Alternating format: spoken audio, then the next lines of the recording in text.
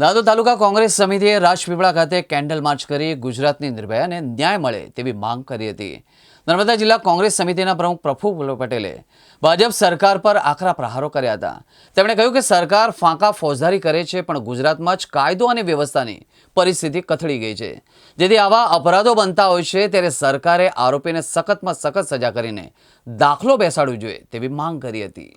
ખાસ કરીને ઝઘડિયામાં જે દીકરી 10 વર્ષની છે એની ઉપર જનન્ય કૃત્ય કરવામાં આવ્યું છે, દુષ્કર્મ કરવામાં આવેલું છે, એ બાબતે સત્તાધારી પક્ષને અમે એટલું કહી શકીએ કે જે રીતે કોઈ પણ જગ્યાએ ઘટના બનતી હોય, બીજા રાજ્યોમાં બનતી હોય, તો અહીંયા આગળ ગુજરાતમાં પણ તમે ફાંકા ફોજદારી કરો છો, પણ ગુજરાતમાં જ આજે કાયદો અને વ્યવસ્થાની પરિસ્થિતિ એટલી બધી કથળી ગઈ છે કે જેના કારણે આવા જે જનન્ય અપરાધો છે, દુષ્કર્મના અપરાધો છે, એ ઉંમર પણ જોવાતી નથી।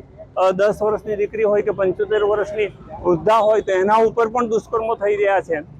અને ખાસ કરીને નવરાત્ર બાદ સંખ્યાબંધ આવા બનાવો બનેલા છે અને અત્યાર સુધી લગભગ હજારોની સંખ્યામાં આવા દુષ્કર્મનો બનાવ બનેલા છે।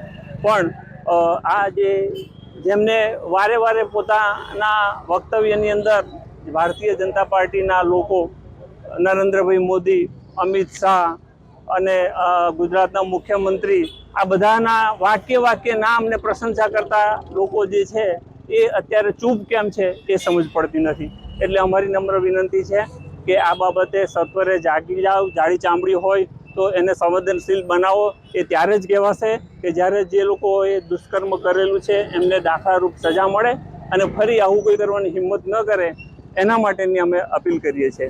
આજે શ્રદ્ધાંજલિનો કાર્યક્રમ હતો, જે 10 વર્ષની બાળા જે છે એ બાળા ઉપર દુષ્કર્મ થયેલું છે, તો એના કુટુંબીજનોને સાંત્વન મળે અને ઈશ્વરધામમાં એને પરમ શાંતિ મળે અને સત્તાધારી લોકો જે છે એ ન્યાય આપે, એના માટેની અમારી માગણી છે।